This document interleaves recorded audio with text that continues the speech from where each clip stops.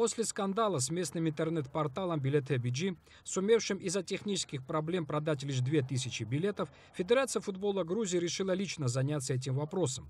Футбольные фанаты же заранее начали выстраиваться в очередь, не покидая территорию парка Ваке, прилегающего к заветным кассам. Страсти кипели нешуточные. Было понятно, что оставшихся 22 тысяч билетов, выделенных УЕФА в Грузии, всем желающим просто не хватит. Тем более, что в живую очередь встали и гости из соседних стран. Вот это у меня на груди номер группы и мое порядковое число.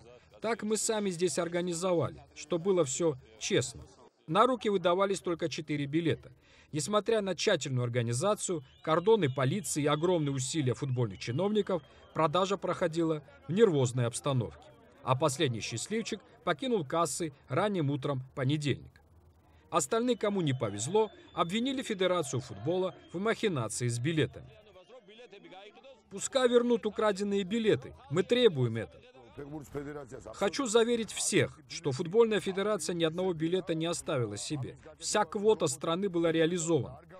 Все бы ничего, и, может, страсти давно улеглись бы, если в прессе не всплыл один любопытный документ. Официальное обращение Тбилисской городской администрации о выделении 300 билетов за наличный расчет.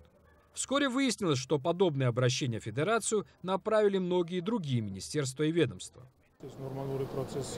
Это не новость, это нормальный процесс. На всех играх происходит так. УЕФА около 5 или 6 тысяч корпоративных билетов лично выделила правительству страны. Кто же станет обладателем суперкубка УЕФА, Барселона или Севилья, выяснится здесь 11 августа на стадионе «Динамо» в присутствии 55 тысяч счастливых обладателей билетов на эту игру.